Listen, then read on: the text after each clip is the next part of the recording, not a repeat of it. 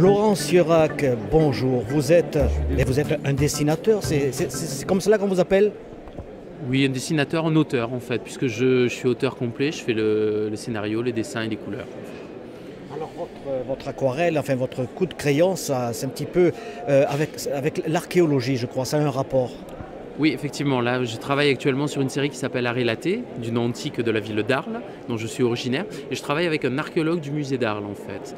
Et donc du coup, voilà, cette bande dessinée traite des citoyens, on va dire, arlésiens du 1er siècle après Jésus-Christ.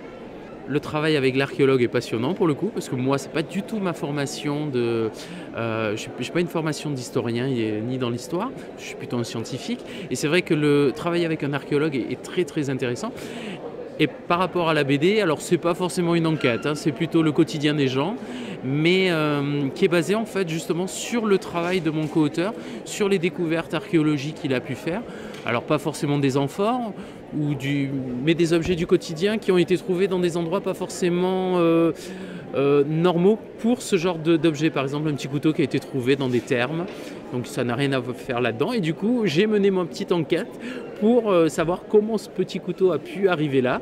Et donc dans la BD, on va expliquer comment ce couteau arrive, par exemple, dans cet endroit-là. On a utilisé par exemple des objets venant de Chartres, par exemple, la cave du magicien, par exemple, ou des noms et des personnes, par exemple, qui sont du côté de Vienne, à Saint-Romain-en-Galles, par exemple. Un personnage qui était très connu, dont on a retrouvé la stèle funéraire, et qui nous permet justement d'agrémenter, d'ancrer notre récit dans cette réalité historique, on va dire. Laurent Siurac, j'imagine que vous n'en êtes pas à votre premier album.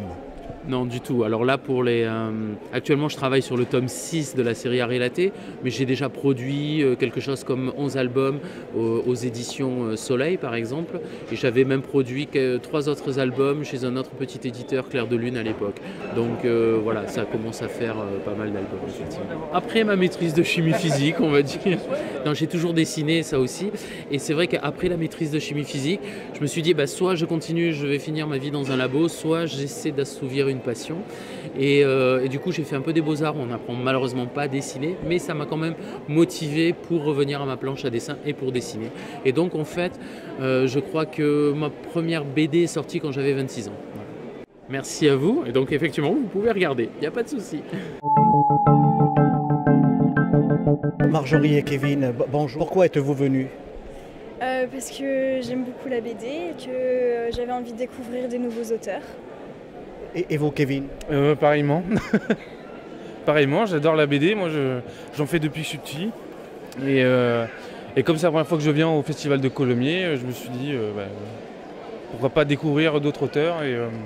Qu'est-ce qui vous plaît dans la BD? Le surnaturel, le comique? J'aime un peu de tout, mais surtout la fantasy. Ouais. Et vous? Et moi, particulièrement les mangas, la bande dessinée japonaise. Je crois qu'il faut dire que vous êtes un dessinateur, vous essayez de percer un petit peu vous aussi. Oui, alors percer c'est un bien grand mot. Disons que pour l'instant je travaille dessus. Voilà. Je travaille à essayer de percer.